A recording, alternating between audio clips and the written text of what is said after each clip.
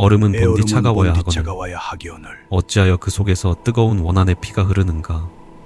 눈보라가 휘몰아치는 험준한 설화산, 애꾸는 관상쟁이로 철저히 위장한 암행어사, 조진우는 죽음의 냄새가 짙게 깔린 고립된 마을로 발을 들인다. 붉은 피를 흘리는 거대한 얼음 기둥 속 기괴한 시신, 이는 단순한 살인이 아닌 살기는 해오공의 배꼽을 노린 숨겨있는 배. 끔찍한 영모의 서막이다. 그가 진실을 파헤치지 못하면 조지온. 대장군은 목숨을 잃고 조선은 피바람에 휩싸일 것이다. 진정한 살기는 칼날이 아닌 보이지 않는 허공에 숨어있는 법. 화려한 죽음의 눈속임 속에서 사냥꾼은 과연 사냥감의 운명을. 사냥감의 운명을 피할 수 있을 것인가. 안녕하세요, 여러분. 마음을 쉬어가고 싶은 순간, 이야기로 위로받고 싶은 시간에 세월을 찾아주셔서 진심으로 감사합니다. 구독과 좋아요는 채널 시키는 큰 힘이 됩니다. 여러분의 알을 따뜻하게 채워드리겠습니다. 편안한 마음으로 함께 이야기에 빠져보세요. 설화산의 험준한 산세 위로 휘몰아치는 눈보라는 천지를 집어삼킬 듯 맹렬하게 울부짖고 있었다. 낡은 삿갓을 푹 눌러쓰고 한쪽 눈을 흉측한 안대로 가린 조진우는 매서운 칼바람 속에서도 모든 감각의 촉각을 예민하게 곤두세웠다. 애꾸는 관상쟁이로 철저하게 위장한 젊은 암행어사의 발걸음은 겉보기엔 몹시 위태로워 보였다. 허나 그는 집신 아래로 전해지는 눈길에 미세한 밀도와 경사도를 통해 짐승들이 다니는 짐승길과 사람의 흔적을 명확하게 분간해내고 있었다. 뼛속까지 파고드는 지독한 한기 속에서도 그의 머릿속은 오직 숨겨진 진실을 찾으려는 차가운 이성으로 날카롭게 벼려져 있었다. 하지만 산군조차 길을 잃는다는 설화산의 악명, 높은 겨울 폭풍은 뛰어난 수사관의 방향 감각마저 무참히 흩어놓고 말았다. 쉴 새 없이 휘몰아치는 백색의 거대한 장막은 시야를 완전히 차단해버렸고, 무섭게 쌓이는 눈은 그가 유일하게 의지하던 옅은 발자국 흔적마저 순식간에 지워버렸다. 진우는 걸음을 멈추고 낡은 지팡이로 바닥을 짚으며 주변의 지형을 머릿속으로 차분히 다시 그려보았다. 바람이 부딪히는 각도와 기류의 미세한 소리, 울림을 계산하여 근처에 거대한 암벽이 존재함을 유추해낸 그는 체온을 보존하기 위해 암벽을 향해 조심스럽게 방향을 틀었다. 거대한 암벽에 다다를 무렵 짐승의 울음소리 같기도 하고 귀신의 곡성 같기도 한 기이한 파열음이 바람을 타고 그의 귓가를 매섭게 때렸다. 평범한 길손이었다면 극심한 두려움에 떨며 도망쳤겠지만 진우의 예리한 청각은 그것이 결코 자연의 소리가 아님을 즉각적으로 간파해냈다. 일정한 간격으로 거칠게 튕겨지는 파음과 마른 나무가 공명하는 둔탁한 소리. 그것은 분명 누군가 줄이 끊어진 검은 고를 미친 듯이 뜯어내고 있는 인위적인 악기 소리였다. 이런 끔찍한 고립된 사지에 악기를 연주하는 자가 있다는 사실은 그의 경계심을 강렬하게 자극했다. 기이한 소리의 진원지인 얕은 동굴 안에는 형체를 알아보기조차 힘들 정도로 더러운 누더기를 걸친 늙은 노인이 웅크리고 앉아 있었다. 노인의 앙상한 두 손가락은 심한 동상에 걸려 검붉게 변해 있었지만 부러진 검은고, 위를 노니는 춤사위 같은 손놀림만큼은 기괴할 정도로 유려하고 섬세했다. 진우는 노인의 곁에 조용히 다가가 숨을 죽이고 그의 기색을 세밀하게 살폈다. 헐벗은 차림새는 영락없는 미치광이 거지였으나 굳은 살이 박인 손가락의 특정한 위치와 단전에서부터 끌어올리는 호흡법은 그가 범상치 않은 자임을 명확하게 증명하고 있었다. 이토록 차가운 눈보라가 몰아치는 사지에서 어찌 그리 슬픈 가락을 뜯고 계십니까? 어르신. 진우는 애꾸는 무당 특유의 탁하고 느릿한 음색을 정교하게 꾸며내며 먼저 말을 건넸다. 노인은 검은고를 뜯던 마른 손을 멈추고 헝클어진 머리카락 사이로 번뜩이는 기이한 안광을 뿜어내며 진우를 매섭게 쏘아보았다. 초점이 없는 듯 흐릿하면서도 내면을 묘하게 꿰뚫어보는 듯한 그 서늘한 눈빛에 진우는 순간적으로 등골이 오싹해짐을 느꼈다. 자신의 정체를 간파당할지도 모른다는 위기감이 들었지만 진우는 시선을 허공에 둔 채 완벽한 위장을 이어나갔다. 한쪽 눈이 멀었으나 역겨운 피비린내는 귀신같이 맡을 줄 아는 수상한 놈이로군. 노인은 쇳소리가 섞인 기괴한 웃음을 터뜨리며 부러진 검은고를 거칠게 쓰다듬었다. 내 놈도 그 저주받은 마을을 찾고 있느냐. 붉은 눈물이 뚝뚝 떨어지는 거대한 얼음 덩어리가 있는 곳 말이다. 얼음은 본디 차가워야 하거늘 어찌하여 그 속에서 뜨거운 원한의 피가 끓어오르는지 내 놈의 그 알량한 점괘로 한번 맞춰보거라. 노인의 횡설수설하는 말 속에는 분명한 뼈가 있었다. 진우의 명석한 두뇌는 단어들을 빠르게 조합하며 끔찍한 사건을 추론하기 시작했다. 단순한 미치광이의 헛소리로 치부하기에는 지나치게 구체적이고 섬뜩한 사륙의 묘사였다. 산 아래 고립된 마을에 이미 참혹한 살인사건이 벌어졌으며 그 시신이 얼어붙은 형태로 기괴하게 방치되어 있다는 논리적인 결론에 도달한 진우는 굳은 표정으로 입술을 깨물었다. 앞을 보지 못하여 눈길을 헤매다 보니 지독한 피의 기운이 여기까지 뻗쳐오는 것을 느꼈을 뿐입니다. 그 붉은 눈물을 흘리는 얼음이 뉘에 끔찍한 한을 품고 있는지 어르신께서 길을 열어주신다면 소생이 직접 확인해 보겠나이다. 진우는 공손한 태도로 노인의 심리를 교묘히 자극했다. 노인은 진우의 당돌하고 영악한 대답에 퍽 만족한 듯 기괴한 미소를 지으며 자리에서 천천히 일어섰다.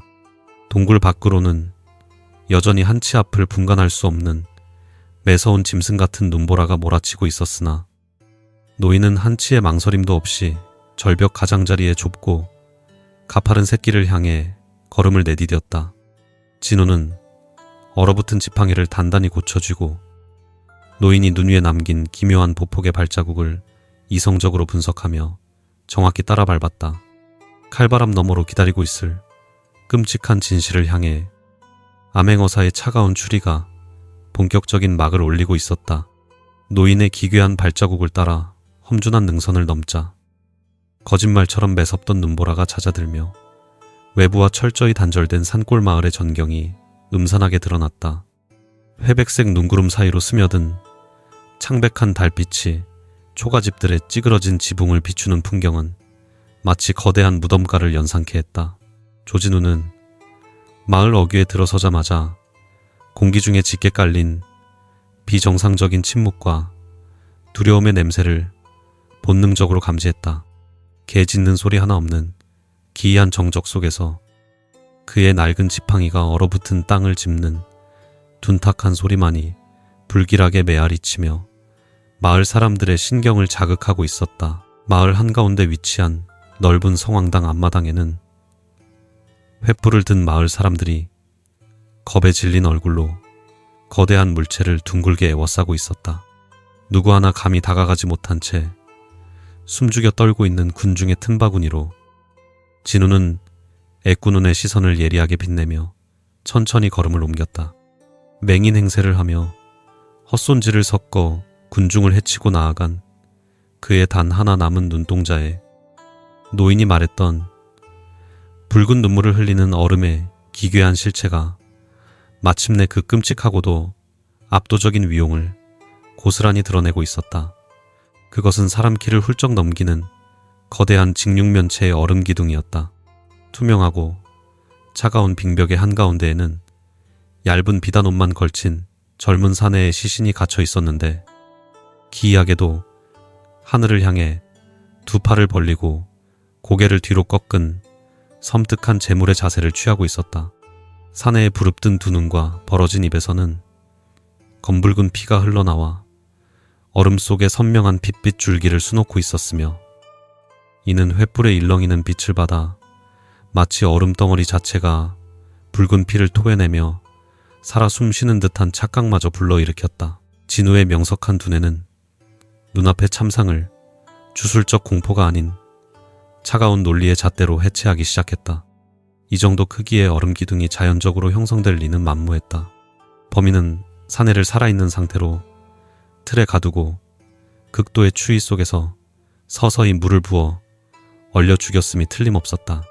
이는 단순한 원한이나 우발적인 살인이 아닌 치밀하게 계산된 방식이자 마을 사람들에게 극도의 심리적 공포를 심어주기 위한 고도의 전시적인 처형 방식이었다. 진우는 사내의 시신에 남겨진 미세한 특징들을 놓치지 않기 위해 얼음벽에 바짝 다가섰다. 횃불의 빛을 교묘하게 등진 채 시신을 살피던 진우의 시선이 사내의 오른손에 머물렀다. 동상으로 푸르게 변색된 손가락들 중에서 유독 검지와 중지 안쪽에 두껍게 박인 굳은 살의 흔적이 뚜렷하게 보였다. 붓을 쥐는 선비의 것이라기엔 위치가 달랐고 농기구를 다루는 농부의 것이라기엔 손바닥이 너무나 매끄러웠다. 오직 차가운 바둑돌을 끊임없이 집어 올리는 자국. 바로 재능 있는 젊은 기객의 손이었다. 이토록 고립된 산골 마을에 외부인인 기객이 어찌하여 들어왔으며 왜 이토록 기괴한 주술적 제물로 바쳐져야만 했는가. 진우의 이성적인 추리가 꼬리를 무는 사이 마을의 이장으로 보이는 주름진 얼굴의 사내가 두려움을 애써 억누르며 앞으로 나섰다. 어디서 오신 기구한 운명의 도사님이신지는 모르오나 이 끔찍한 재앙이 닥친 마을에 어찌 발을 들이셨소. 보시다시피 지금 이곳은 악귀의 저주가 내렸으니 당장 발길을 돌리시는 게 목숨을 부지하는 길일 것이오. 이장의 목소리는 미세하게 떨리고 있었고 진우는 이 집단적인 공포야말로 자신이 사건의 중심부에 자연스럽게 파고들 수 있는 가장 완벽하고 날카로운 도구임을 본능적으로 직감했다. 소생은 비록 한쪽 눈에 빛을 잃었으나 보이지 않는 음기의 흐름을 읽는 재주로 팔도를 떠도는 조가라 하옵니다. 진우는 지팡이로 바닥을 3번 강하게 내리치며 짐짓 위압적인 목소리로 마을 사람들의 기선을 제압했다. 악귀의 저주라 하셨습니까? 제 눈에는 억울하게 명줄이 끊긴 젊은 홀령의 피 맺힌 원한이 이 마을 전체를 거대한 무덤으로 만들려 하는 끔찍한 형국이 선명하게 보이옵니다. 이 원기의 한을 제때 풀어주지 않는다면 다음 달이 뜨기 전에 이 마을에 살아남는 자는 아무도 없을 것입니다. 죽음의 예언과도 같은 진우의 서늘한 경고에 군중들 사이에서 참혹한 비명과 탄식이 일제히 터져나왔다. 이장은 털썩 무릎을 꿇으며 진우의 낡은 도포자락을 간절히 부여잡았다. 신령한 도사님, 부디 저희를 살려주십시오. 마을을 짓누르는 저 끔찍한 살기를 거두어 주신다면 무슨 수고든 다 하겠나이다. 진우는 속으로 차가운 미소를 지으면서도 겉으로는 엄숙하고 비장한 표정을 꾸며내며 천천히 고개를 끄덕였다. 마침내 무당 조진우라는 완벽한 가짜의 껍질을 뒤집어 쓴 암행어사가 잔혹한 연쇄살인의 거대한 장기판 위로 첫 발걸음을 내디디는 순간이었다. 이장의 안내를 받아 마을의 허름한 객사의 짐을 풀기도 전에 짙은 어둠 속에서 불쑥 나타난 정체불명의 사내들이 조진우의 앞길을 거칠게 가로막았다. 그들의 일정하고 묵직한 숨소리와 빈틈없는 발걸음, 그리고 짐승 가죽 밑에서 희미하게 울리는 차가운 쇠붙이의 마찰음은 그들이 결코 평범한 산적이 아닌 고도로 훈련된 호위무사들임을 명백히 증명하고 있었다. 사내들은 다짜고짜 진우의 멀쩡한 한쪽 눈마저 두꺼운 흙포로 칭칭 동여매고는 거친 손길로 가마에 태워 눈 덮인 험준한 산길을 가파르게 오르기 시작했다. 뼛속까지 시린 바람을 뚫고 얼마나 시간이 흘렀을까. 요동치던 가마가 마침내 멈춰서고 진우의 눈을 가렸던 흙포가 단숨에 벗겨졌다. 그의 단안에 들어온 풍경은 빈궁한 산골 마을이 아닌 짙은 향 연기와 화려하고도 기괴한 무속의 불화들이 벽면을 가득 채운 거대하고 은밀한 제단 내부였다. 차가운 돌바닥에서부터 뱀처럼 기어오르는 지독한 냉기 속에서도 진우는 방 한가운데 무겁게 내려쳐진 촘촘한 대나무 발 너머로 위태롭게 흔들리는 가녀린 여인의 그림자를 날카롭게 포착해냈다. 대나무 발 너머에서 흘러나온 목소리는 몹시 병약하여 끊임없는 기침을 동반하고 있었으나 그 깊은 곳에 벨리를 튼 서늘한 기품과 억눌린 위험만큼은 결코 숨겨지지 않았다. 네가 정령 죽은 자의 원한을 읽어내고 보이지 않는 억울함을 꿰뚫어 본다는 그 기이한 애꾸는 관상쟁이이더냐. 여인의 서릿발 같은 하문에는 벼랑 끝에 선 듯한 아슬아슬한 긴장감이 서려 있었고, 진우는 그녀가 요양을 핑계로 이 외딴 산중에 은폐되어 있는 고귀한 신분, 바로 병약한 세자빈 자가임을 명확히 직감했다. 소인. 비록 육신의 눈은 반쪽을 잃었사오나 억울하게 죽어간 홀령들의 목소리를 듣는 데에는 한치의 부족함도 없사옵니다. 진우가 정중하게 엎드려 화답하자 세자빈은 깊은 한숨을 내쉬며 참혹한 진실의 조각들을 꺼내놓기 시작했다. 그녀의 말에 따르면 며칠 전 재단의 밀실에 깊숙이 보관되어 있던 조선군 최고의 통수권 상징인 영험한 옥조각 백호부가 감쪽같이 사라졌다는 것이다. 그것은 단순한 도난 사건이 아니라 북방의 국경을 목숨 걸고 지키는 충직한 대장군을 역모로 얽어매려는 무서운 정치적 음모의 서막이었다. 백호부를 잃어버린 대장군은 머지않아 역당의 수계로 몰려 처참한 죽음을 맞이할 것이고, 이는 곧 조정의 피바람을 몰고 올 것이다. 세자빈의 목소리는 참담한 절망으로 가늘게 떨리고 있었다. 진우는 마을 한가운데 얼어붙어 있던 젊은 기객의 끔찍한 시신을 떠올리며 날카로운 이성의 날을 세워 조심스럽게 입을 열었다. 혹여 마을 한가운데 붉은 얼음 조각상이 되어버린 그 젊은 사내가 옥패의 실종과 끔찍한 연관을 맺고 있는 것이옵니까? 진우의 예리한 질문에 대나무 발 너머의 그림자가 크게 요동쳤다. 기나긴 침묵 끝에 세자빈은 고통스러운 기침을 뱉어내며 참혹한 사실을 인정했다. 그 젊은 기객은 나의 은밀한 서찰을 대장군에게 전하려다 적들에게 발각된 가엾은 밀사였다. 누군가 그를 잔혹하게 고문하고 주술적인 제물로 위장해 얼려 죽임으로써 나를 철저히 조롱하고 극한의 공포를 심어주려 한 것이지. 그녀의 목소리에는 피를 토하는 듯한 깊은 슬픔과 분노가 짙게 뒤섞여 있었다. 이것은 단순한 치정이나 원한에 의한 살인이 아니라 권력을 향한 거대한 탐욕이 빚어낸 궁중 암투의 핏빛 그림자였다. 네가 진정 귀신에 맺힌 한을 풀어주는 비범한 능력을 지녔다면 그 불쌍한 밀사의 죽음에 얽힌 잔혹한 진실을 낱낱이 파헤쳐다오. 그리고 무슨 수를 써서라도 빼앗긴 백호부를 찾아내어 대장군의 끔찍한 누명을 벗겨주어야만 한다. 세자빈의 간절한 읍소는 단순한 하명이 아니라 조선의 핏빛 구군을 건 절규와도 같았다. 조진우는 바닥에 납작 엎드린 채 이성을 차갑게 다듬으며 굳은 결의를 다졌다. 거대한 장기판의 진짜 주인이 움직이기 시작했고, 이제 자신은 이 살얼음판 위에서 은밀하고 치명적인 암행을 시작해야 했다. 조진우는 무거운 밀명을 가슴 깊은 곳에 단단히 새기고 대나무 발을 향해 정중히 절을 올렸다. 아, 소인. 목숨을 걸고 붉은 얼음 속에 갇힌 억울한 홀령의 입을 열어 잃어버린 호부를 반드시 되찾아오겠나이다.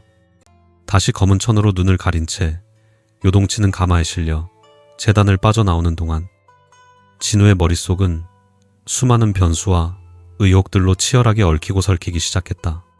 주술을 가장한 고도의 심리전, 얼어붙은 밀사의 시신, 그리고 백호부를 훔쳐간 배우의 실체까지. 이 모든 핏빛 수수께끼가 그를 거세게 옥죄어 오고 있었다. 비밀스러운 하명을 가슴에 품고 객사로 돌아오던 조진우의 발걸음은 칠흑 같은 어둠이 깔린 좁은 골목길에 접어들며 급격히 무거워졌다. 차가운 달빛조차 구름에 가려진 적막한 심야, 바람의 결을 타고 스며드는 짙은 살기가 그의 예민한 감각을 날카롭게 찔러왔다. 맹인의 흉내를 내기 위해 짚고 있던 낡은 지팡이를 슬며시 고쳐 쥐는 순간 짐승의 숨소리보다 더 은밀하고 기민한 흑호의 소속의 암살자 6이 지붕 위에서 박쥐처럼 소리 없이 내려앉아 그의 좁은 퇴로를 완벽하게 차단해버렸다. 살수들은 단 한마디의 경고조차 없이 굶주린 승냥이 때처럼 일제히 덤벼들며 섬뜩한 파공성을 허공에 흩뿌렸다. 진우는 본능적으로 허리를 비틀어 치명적인 첫 번째 칼놀림을 간신히 피했으나 연이어 그물처럼 얽혀 날아드는 무자비한 협공에 위장용 지팡이가 속절없이 두동강이 나고 말았다. 옷자락 깊숙한 곳에 숨겨두었던 호신용 단도마저 적의 날카로운 쇠사슬에 얽혀 멀리 튕겨나가자 그는 완벽한 무방비 상태로 끔찍한 죽음의 목전에 직면하게 되었다. 서슬퍼런 칼날들이 그의 목줄기를 향해 포위망을 좁혀오고 있었다. 바로 그 절체절명의 찰나 골목 어귀에서 낮고 기괴한 쇳소리가 진동하며 칠흑 같은 어둠을 거칠게 찢어발겼다. 눈보라치던 산중에서 만났던 그 미치광이 늙은 거지였다.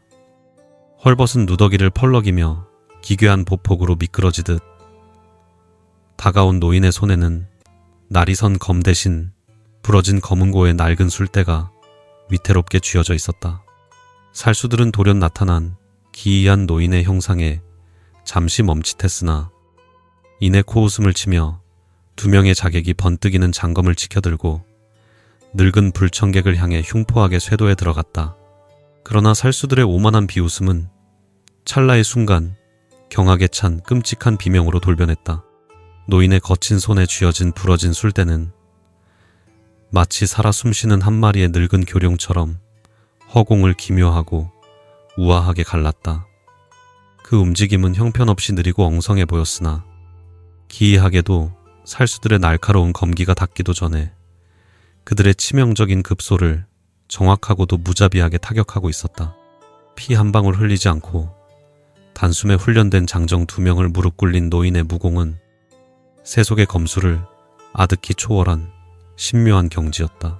동료들의 끔찍한 몰락을 목도한 남은 살수들은 일순간 공포에 질려 뒷걸음질을 쳤다.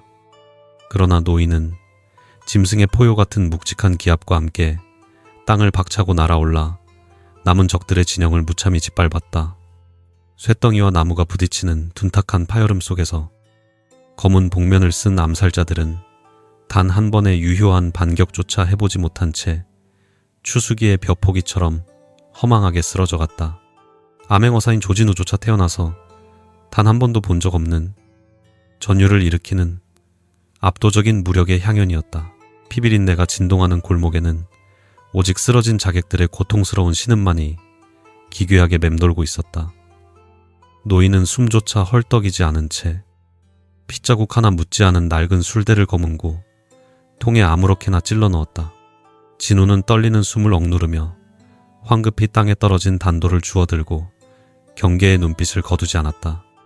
미치광이 노인의 탈을 쓴 이 무서운 절대 고수가 과연 아군인지 아니면 붉은 얼음 조각을 만든 배후의 또 다른 끔찍한 그림자인지 전혀 가늠할 수 없었기 때문이다. 칼을 빼앗겼다고 하여 일이 허둥대다니.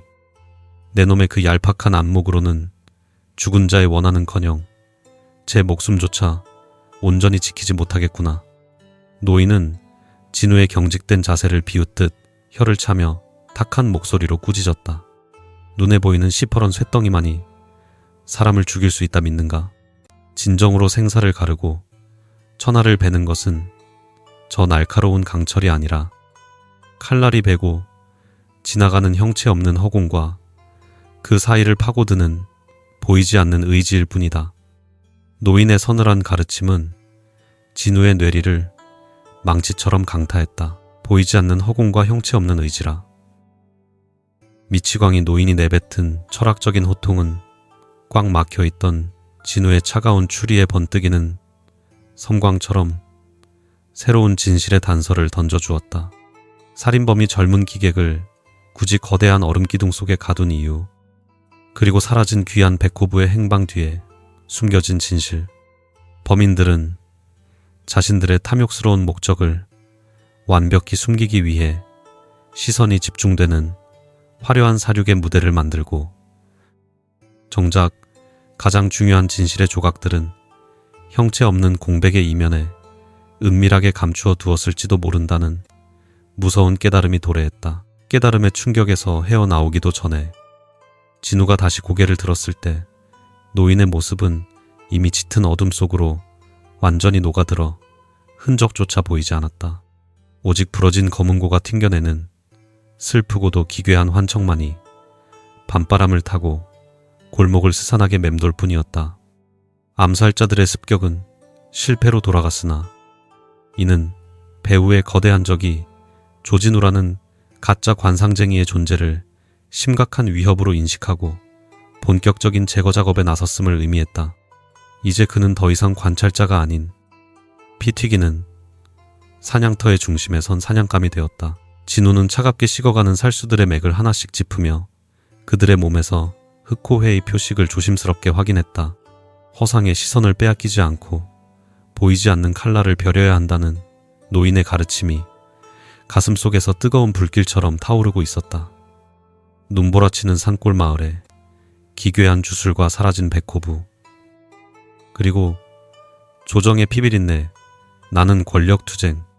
진우는 옷매무시를 가다듬고 날카로운 단도를 손에 깊숙이 갈무리하며 내일 아침 가장 먼저 수사의 방향을 뒤집어 엎을 새롭고도 위험한 계획을 머릿속으로 차갑게 설계하기 시작했다.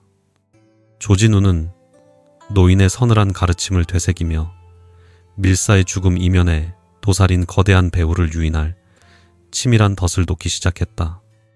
그는 얼음 속에 갇힌 기객이 생전의 은밀한 명기 밀거래에 관여했다는 거짓 소문을 산골 마을의 뒷골목에 교묘하게 흘렸다.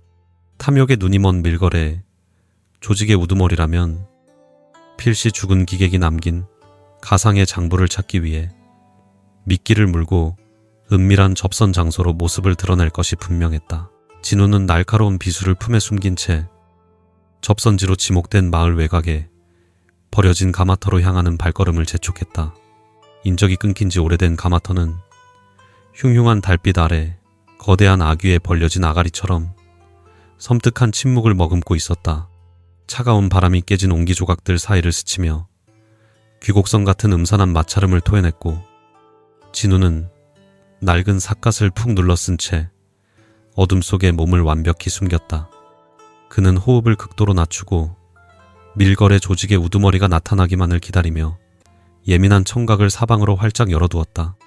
하지만 약속된 자시가 훌쩍 지났음에도 불구하고 산비탈을 타고 내려오는 서늘한 밤 공기 외에는 그 어떤 인기척도 느껴지지 않았다. 초조함이 서서히 불길한 예감으로 변해갈 무렵 진우의 예리한 후각에 비릿한 흙냄새 사이로 기이하고도 역겨운 누린내가 스며들었다.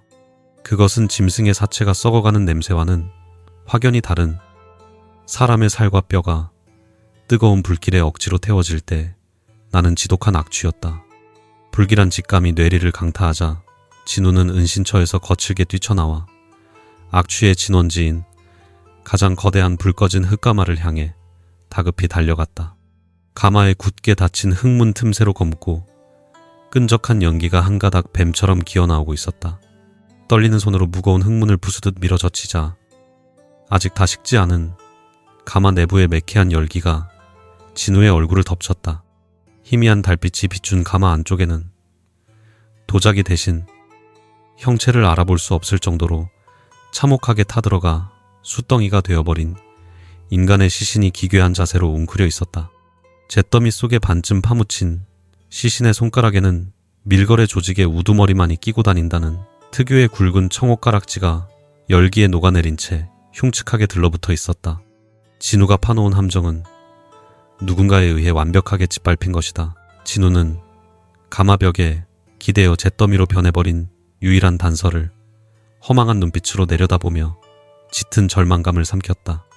밀사의 죽음을 사주하고 백호부의 행방을 알고 있을 유일한 연결고리가 이토록 처참하게 끊어져 버린 것이다. 범인은 진우의 수사망이 좁혀오는 것을 이미 꿰뚫어 보고 꼬리를 자르기 위해 가장 유력한 증인을 산 채로 가마에 쑤셔 넣어 잔혹하게 소각해버렸다. 얼음의 끔찍한 냉기와 가마의 지독한 열기라는 극단적인 사륙의 방식은 진우를 조롱하는 듯한 배우의 치밀하고도 광기 어린 사리를 증명했다.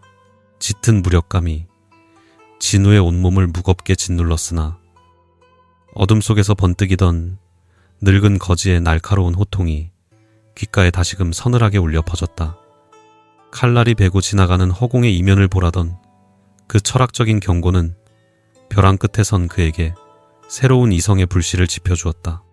범인은 겉으로는 잔혹한 사륙을 즐기는 듯 보이지만 이토록 과시적이고 기괴한 시신 처리 방식은 오히려 무언가 더 중대한 진실을 필사적으로 감추기 위한 거대한 연막에 불과할지도 모른다는 역발상이 진우의 차가운 뇌리를 번개처럼 스치고 지나갔다. 가마에서 한 걸음 물러선 진우는 옷소매로 이마의 식은땀을 닦아내며 잿더미 속에서 시선을 거두고 마을을 향해 고개를 돌렸다. 적들이 이토록 화려한 눈속임으로 핏빛 무대를 연출하고 있다면 그들이 진정으로 숨기려 하는 백호부는 결코 눈에 띄는 화려한 장소나 은밀한 금고에 있지 않을 것이다. 오히려 가장 평범하고 하찮아서 누구도 의심하지 않을 완벽한 허상의 공간 속에 무방비하게 노출되어 있을 확률이 높았다. 진우의 눈빛이 절망의 장막을 걷어내고 다시금 차가운 포식자의 살기를 띠기 시작했다. 이제 외부에서 들어온 기객이나 밀거래꾼의 화려한 궤적을 뒤쫓는 일은 무의미해졌다. 진우는 마을 내부에서 벌어지고 있는 가장 사소하고 은밀한 원한들, 가장 평범한 자들이 만들어내는 일상의 그림자 속으로 깊숙이 파고들기로 결심했다. 무당조진우의 가짜 껍데기를 더욱 견고하게 덮어쓴 채 그는 차갑게 식어버린 가마털을 뒤로하고 또 다른 사리가 꿈틀거리는 어두운 산골 마을의 중심을 향해 발걸음을 옮겼다. 진짜 사냥은 잿더미가 남긴 지독한 절망의 밑바닥에서부터 비로소 새롭게 시작되고 있었다. 화려한 눈속임에 가려진 마을의 일상적인 그림자를 파헤치기로 결심한 조진우는 곧장 마을 어귀의 외딴 지장간으로 향했다. 다가오는 산신제를 위해 거대한 종이 인형과 화려한 지화를 만드는 늙은 장인 박씨의 공방이었다. 며칠 전부터 박씨의 솜씨 좋은 아우가 돌연 자취를 감추었다는 마을 사람들의 무심한 투덜거림이 진우의 예민한 촉각을 강하게 자극했던 터였다. 낡은 문을 열고 들어서자 서늘한 공방 안에는 제물로 바쳐질 기괴할 정도로 거대한 종이 무당 인형이 섬뜩한 자태로 우뚝 서 있었다. 박씨는 예고 없이 들이닥친 애꾸는 관상쟁이의 등장에 쏘스라치게 놀라며 손에 쥐고 있던 대나무 뼈대를 바닥에 떨어뜨렸다. 진우는 보이지 않는 눈으로 허공을 응시하며 코를 킁킁거리는 시암을 과장되게 해보였다. 산신을 모실 신성한 제구에서 어찌하여 이리도 지독하고 역겨운 피비린내가 진동하는 것이오. 필시 억울하게 죽은 원기가 이 공방 안에 단단히 뺄리를 틀고 있는 형국이오. 진우의 서늘한 호통에 장인 박씨의 칙칙한 얼굴은 순식간에 잿빛으로 질렸으나 그는 애써 짐승뼈를 고아 만든 악교 냄새일 뿐이라며 더듬거리며 변명했다. 진우는 지팡이로 바닥을 더듬는 척하며 거대한 종이 인형 곁으로 다가가 거칠고 투박한 표면을 손끝으로 은밀하게 쓸어내렸다. 일반적인 닭종이의 질감과는 확연히 다른 불길할 정도로 뻣뻣하고 두꺼운 촉감이 손가락 끝에 소름 끼치게 감겨왔다. 게다가 하얗게 덧칠된 호분 아래로 미세하게 배어나온 검붉은 얼룩의 흔적은 그것이 단순한 염료가 아님을 명백히 증명하고 있었다. 아우가 한양으로 물감을 구하러 간지 꼬박 닷새가 지났다 들었소. 허나 내 귀에는 아우의 구슬픈 곡성이 저 종이 인형 속에서 생생하게 들려오고 있소이다. 무당 조진우의 꿰뚫어 보는 듯한 예리한 도발에 박씨의 두 눈동자는 극도의 공포와 광기로 거칠게 요동치기 시작했다. 진우는 무너져 내리는 박씨의 심리적 틈새를 향해 숨통을 끊어놓듯 차갑고 예리한 추리의 십기를 마저 박아 넣었다. 뛰어난 재주를 가진 아우에 대한 지독한 열등감과 질투심이 결국 내 놈의 눈을 멀게 했구나. 우발적인 분노로 아우를 때려 죽인 후 그 끔찍한 죄상을 감추기 위해 시신을 훼손하여 제물로 바칠 종이 반죽에 섞어 넣은 것이 아니더냐. 자신의 가장 은밀하고도 끔찍한 죄악이 애꾸는 무당의 입을 통해 낱낱이 폭로되자 이성을 완전히 상실한 박씨는 짐승 같은 괴성을 내지르며 작업대 위에 놓인 예리한 낫을 집어들고 진우를 향해 미친 듯이 달려들었다. 그러나 진우는 보이지 않는 허공의 흐름을 읽으라는 늙은 도사의 가르침을 떠올리며 몸을 새처럼 가볍게 비틀어 날아오는 낫의 궤적을 완벽하게 피했다. 동시에 그의 단단한 지팡이가 어둠을 가르고 번개처럼 날아가 박 씨의 무릎 관절을 무자비하게 가격했다. 처절한 비명과 함께 바닥에 고꾸라진 박 씨는 부러진 다리를 부여잡고 짐승처럼 흉하게 울부짖으며 마침내 자신의 모든 끔찍한 죄를 낱낱이 토해내기 시작했다. 뛰어난 재주를 지닌 아우에 대한 깊은 열등감과 홀로 연모하던 여인마저 빼앗겼다는 지독한 질투심에 눈이 멀어 홧김에 돌이킬 수 없는 살인을 저질렀다는 것이었다. 이후 시신을 온전히 숨길 길이 막막해진 그는 아우의 뼈를 빻고 피와 살을 당나무 반죽에 기괴하게 지식여 섞은 뒤 거대한 제물용 종이 인형의 두꺼운 살집으로 만들어버리는 잔혹한 은폐를 저질렀다. 소란스러운 굉음과 박 씨의 끔찍한 자백을 듣고 몰려든 마을 사람들은 붉은 피가 스며든 거대한 종이 인형의 끔찍한 실체를 확인하고는 경악에 찬 비명을 지르며 그 자리에 주저앉고 말았다. 단순한 원귀의 저주라 믿었던 공포가 사실은 가장 가까운 이웃의 탐욕과 질투가 빚어낸 참혹한 살인극이었음이 백일하에 드러난 순간이었다. 진우는 혀를 차며 공방을 빠져나왔고 이 잔혹한 치정극을 해결함으로써 마을을 짓누르던 불필요한 공포의 장막을 말끔히 걷어낼 수 있었다. 장인 박 씨의 기괴한 살인사건은 잃어버린 백호부와 붉은 얼음 조각상 사건과는 아무런 연관이 없는 평범하고 독립적인 치정극에 불과했다. 그러나 얽혀있던 복잡한 곁가지가 잔혹하게 잘려나가자 진우의 머릿속은 오히려 매서운 겨울바람을 정면으로 맞은 듯 차갑고 명료하게 정화되기 시작했다. 진짜 범인은 죽은 기객을 얼음 기둥에 화려하게 가두고 가마터에서는 보란듯이 잿더미를 연출해내며 사람들의 불안한 시선을 거대한 죽음의 전시판으로만 향하도록 철저하게 유도하고 조작했던 것이다. 모든 화려한 죽음의 장막이 무너져 내린 지금 진우의 이성적인 시선은 다시 사건의 가장 본질적인 출발점이자 유일한 단서가 남겨진 첫 번째 희생자, 젊은 기객에게로 돌아갔다. 허상과 연막에 가려진 진짜 진실을 찾으려면 수사관 조진우의 오만한 시선을 완벽히 버리고 철저하게 죽은 기객의 차가운 뇌구조 속으로 들어가 그와 동화되어야만 했다.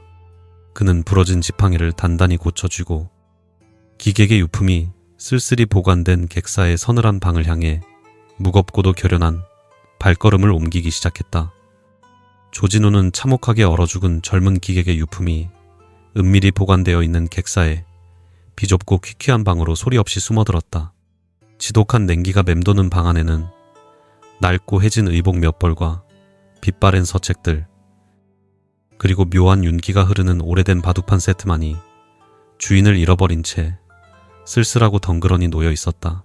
진우는 조심스럽게 문을 굳게 걸어 잠근 뒤 그동안 자신을 위장해주던 낡은 삿갓과 흉측한 애꾸는 안대를 거칠게 벗어 던졌다. 이제부터는 허상을 쫓아다니는 가짜 무당 조진우가 아니라 오직 차가운 이성과 날카로운 논리만을 무기로 삼아 진실을 파헤치는 조선 암행어 본연의 날선 모습으로 돌아올 차례였다. 그는 방 한가운데 책상 다리를 하고 반듯하게 앉아 억울하게 죽은 기객의 분신과도 다름없는 낡은 바둑판을 뚫어지게 응시하기 시작했다. 외부인의 오만한 시선을 철저하게 배제하고 목숨이 경각에 달린 그 절박했던 밀사의 복잡한 뇌 구조 속으로 깊숙이 침투하기 위한 고도의 정신 집중이 서서히 이루어지고 있었다. 만약 자신이 잔혹한 암살자들에게 쫓기는 밀사이고 손에는 조선의 운명이 걸린 막중한 백호부가 쥐어져 있다면 과연 그것을 어디에 숨길 것인가? 적들의 철저하고 끈질긴 수색을 완벽히 피하면서도 가장 안전하게 보관할 수 있는 장소는 역설적이게도 가장 평범하게 노출된 일상적인 공간이어야만 했다. 눈보라치던 어둠 속에서 번뜩이던 미치광이 늙은 거지의 목소리가 다시금 그의 뇌리를 날카롭게 스치고 지나갔다. 형체가 있는 껍데기에 집착하지 말고 보이지 않는 허공의 이면을 보라는 그 서늘하고도 철학적인 가르침은 진우의 단단하게 굳어있던 사고의 틀을 산산조각 내며 새로운 이성의 길을 활짝 열어주었다. 백호부는 본디 하나의 완전한 형태를 지닌 거대한 옥패일 것이라는 고정관념 자체가 가장 위험하고 거대한 허상이었던 것이다. 진우의 형형하게 빛나는 두 눈빛이 탁자 위에 굳게 닫혀있는 두 개의 바둑알통으로 천천히 이동했다. 그것은 죽음을 직감한 젊은 기객이 마지막 숨을 거두는 순간까지도 품에서 결코 놓지 않았던 가장 소중하고도 평범한 일상의 물건이었다. 진우는 긴장감에 거친 숨을 몰아쉬며 흑돌과 백돌이 각각 담겨있는 낡은 나무통을 아주 조심스럽게 열어젖혔다. 통 안에 가득 담긴 수백 개의 바둑알들이 창문 틈으로 스며든 서늘한 달빛을 고스란히 받아내며 기묘하고도 영롱한 광택을 뿜어내고 있었다.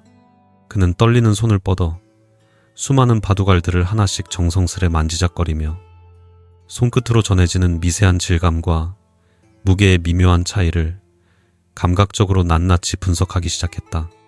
까만 오석으로 정교하게 만들어진 흑돌들은 모두 균일한 무게와 차가운 온도를 지니고 있었으나 하얀 조개 껍데기를 깎아 만든 일반적인 백돌들 사이로 유독 손끝에 닿는 온도가 기이할 정도로 차갑고 미세하게 묵직한 돌들이 군데군데 교묘하게 섞여 있음이 진우의 예민한 촉각에 날카롭게 포착되었다.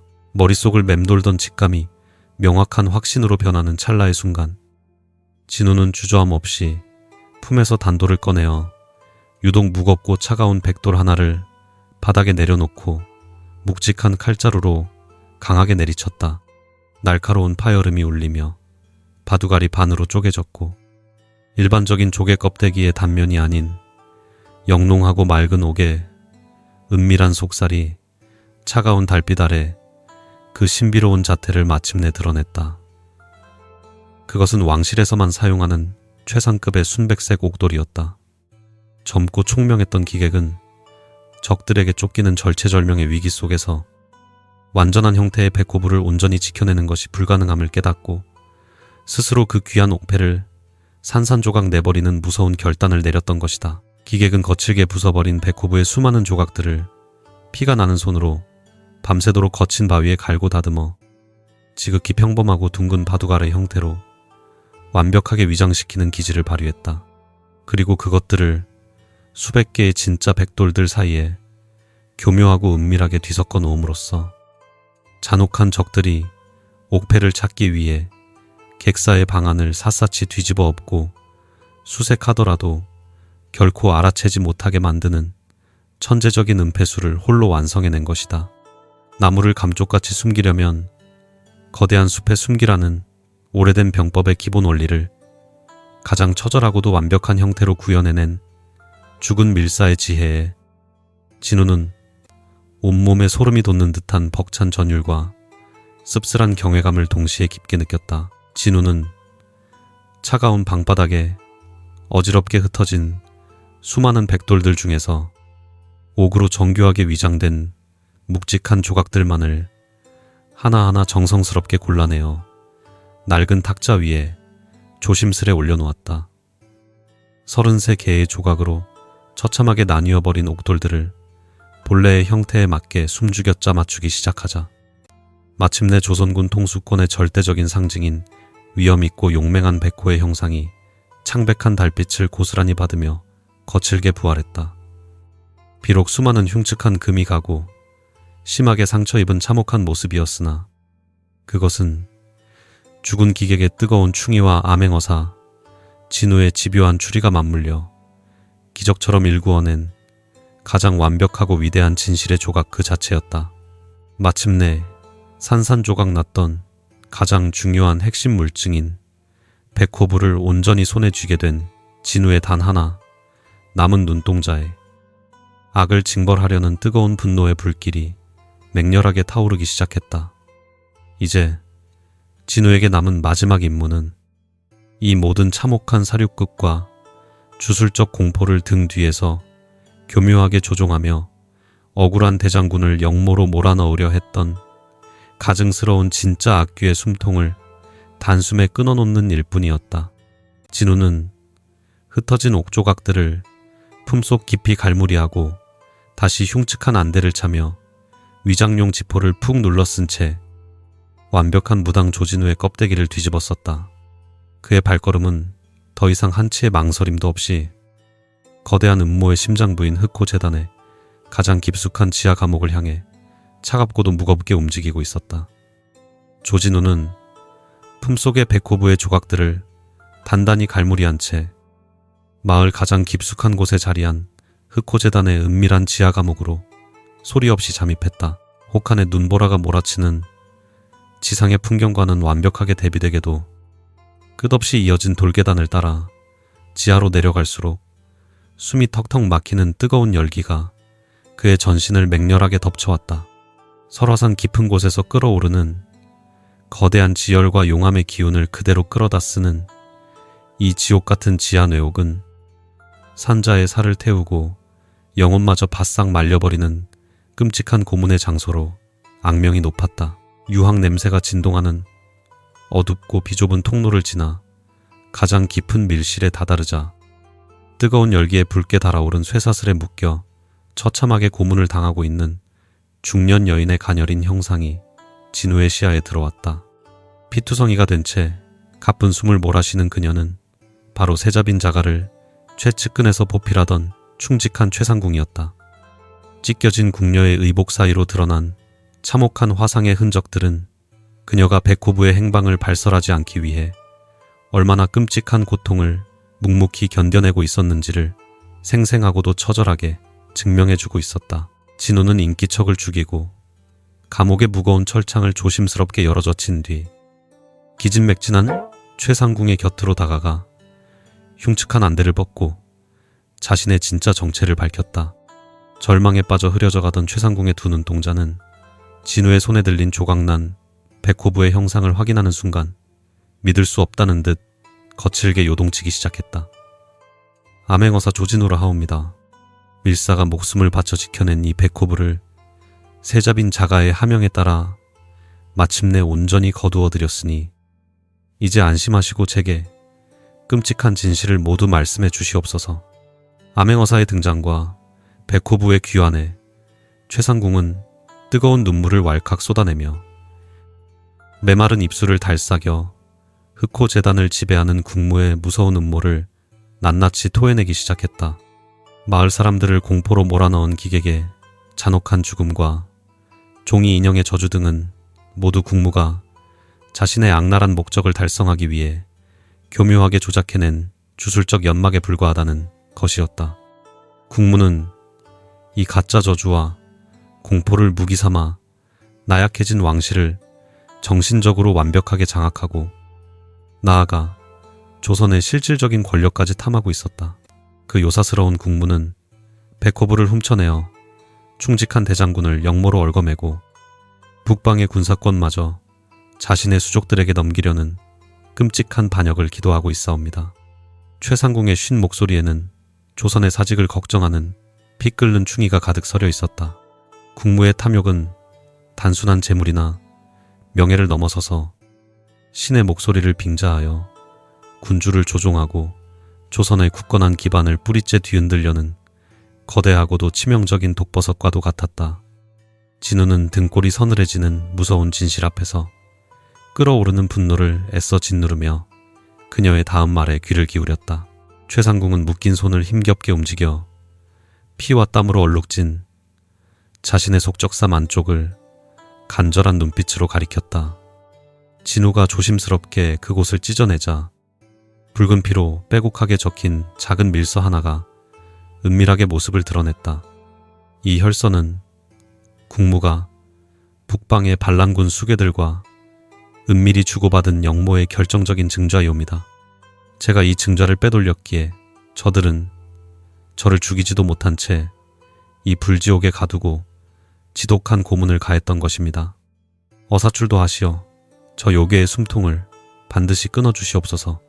핏빛 선명한 영모의 혈서를 단단히 품에 갈무리한 진우는 최상궁의 쇠사슬을 끊어내려 했으나 그녀는 완강히 고개를 저으며 진우의 소매를 간절히 밀어냈다.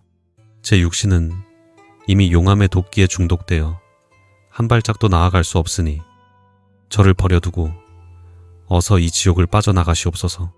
오늘 자시 국무가 백성들을 선동하여 대장군을 저주하는 거대한 거짓 산신제를 올릴 것이니 그 사악한 구판을 막으셔야만 하옵니다. 피를 토하며 남긴 충신의 마지막 유언은 진우의 가슴에 비장한 불길을 지폈다. 최상궁에게 정중하고도 깊은 절을 올린 조진우는 뒤도 돌아보지 않고 끓어오르는 열기의 지하 뇌옥을 빠져나왔다. 그의 품속에는 산산조각 났던 백호부와 붉은 피로 쓰인 영모의 혈서가 차가운 복수의 칼날처럼 서늘하게 벼려져 있었다.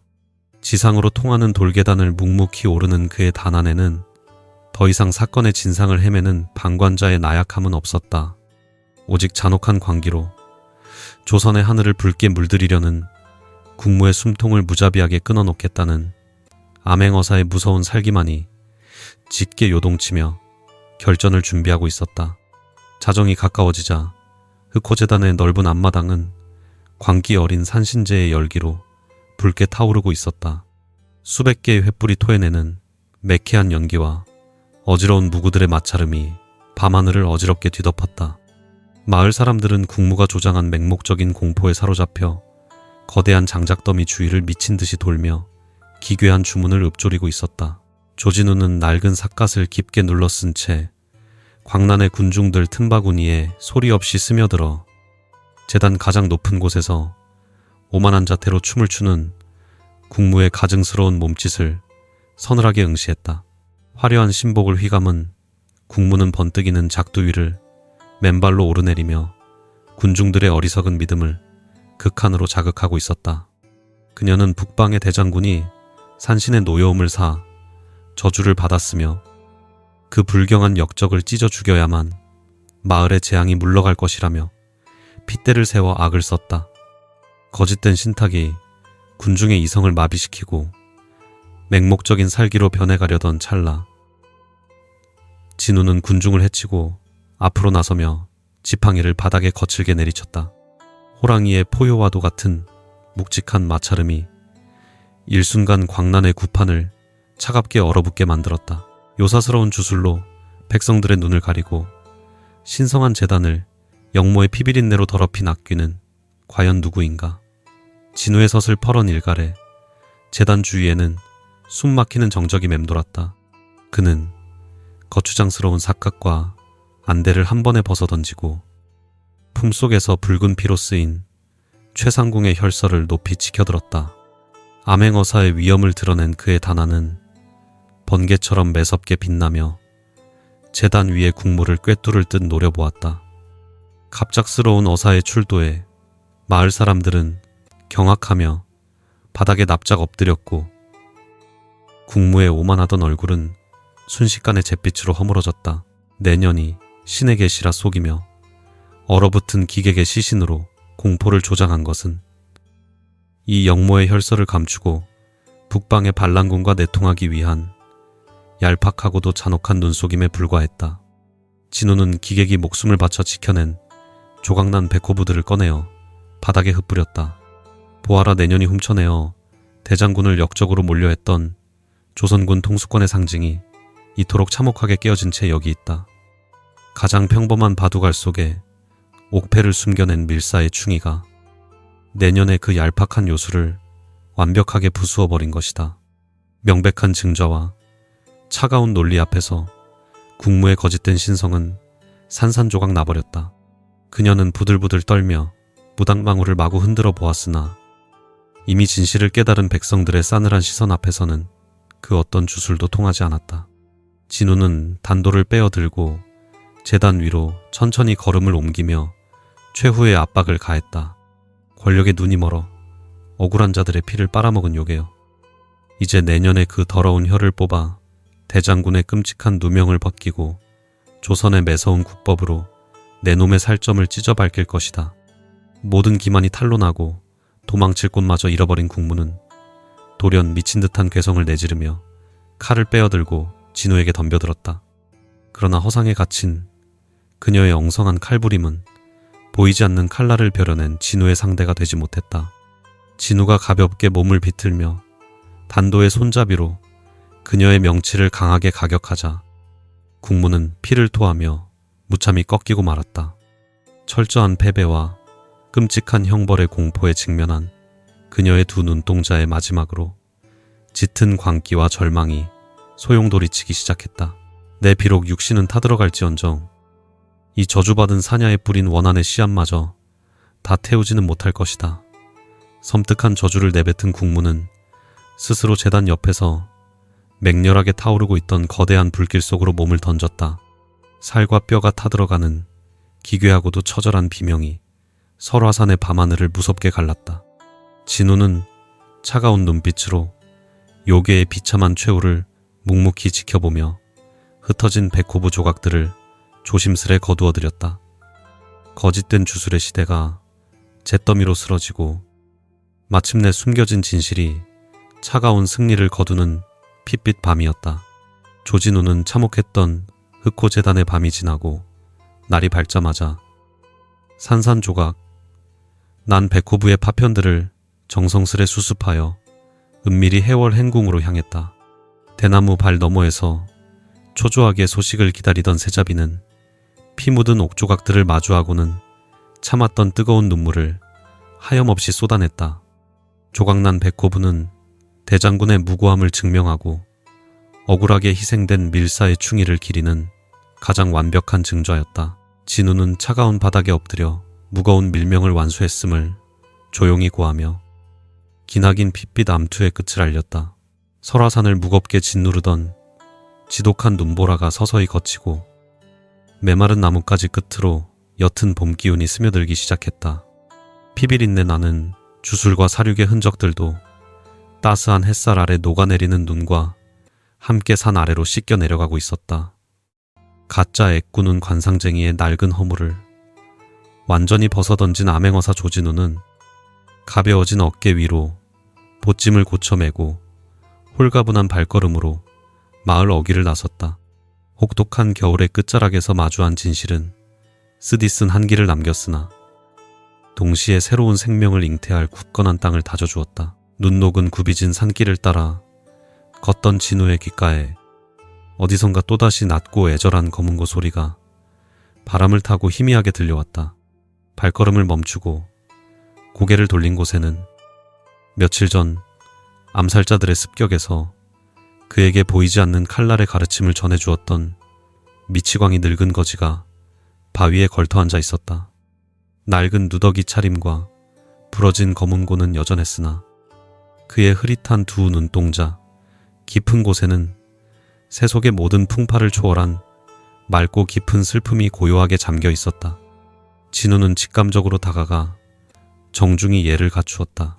진우는 노인의 기품 있는 손놀림과 대나무 발 너머에서 보았던 세자빈의 서늘한 기백을 겹쳐보며 마침내 이 기이한 노인의 진짜 정체를 깨닫고는 거대한 충격에 휩싸였다.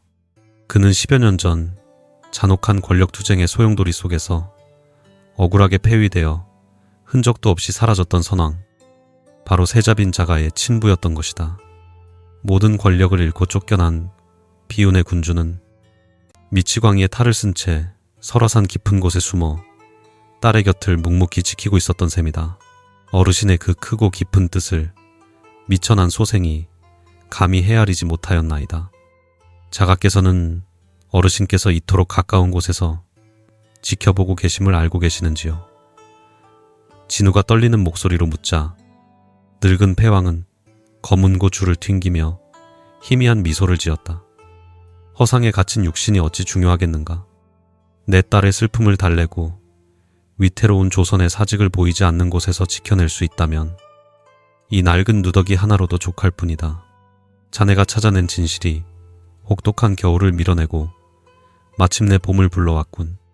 노인은 더 이상 아무런 말도 남기지 않은 채 부러진 검은고를 가슴에 품고 애절하면서도 장엄한 곡조를 연주하기 시작했다. 그것은 빛빛 권력에 희생된 이름 없는 홀령들을 위로하는 진홍곡이자 새롭게 피어날 조선의 앞날을 축복하는 웅장한 찬가였다. 서글픈 한과 벅찬 흥이 기묘하게 어우러진 선율이 설화산의 맑은 공기를 타고 끝없이 흩어졌다. 진우는 패왕의 위대한 연주를 가슴 깊이 새기며 어사마패를 꽉 쥐고 다시 멀고 험난한 암행의 길을 향해 힘차게 발걸음을 내디뎠다. 설화산 꼭대기에 남아있던 마지막 눈송이가 봄바람에 조용히 녹아내리며 대지를 촉촉하게 적셨다. 잔혹했던 피의 장기판은 무너지고 진실은 제자리를 찾았으나 보이지 않는 곳에서 암약하는 탐욕의 그림자들은 조선팔도 어디에나 존재할 터였다. 조진우의 뒷모습은 곧게 뻗은 소나무처럼 단단했고 그의 두 눈빛은 그 어느 때보다 차갑고 명료하게 빛나고 있었다. 눈보라가 남긴 서늘한 여운을 등 뒤로 한 채 젊은 암행어사의 고독하고도 숭고한 여정은 영원히 끝나지 않을 것처럼 계속되고 있었다.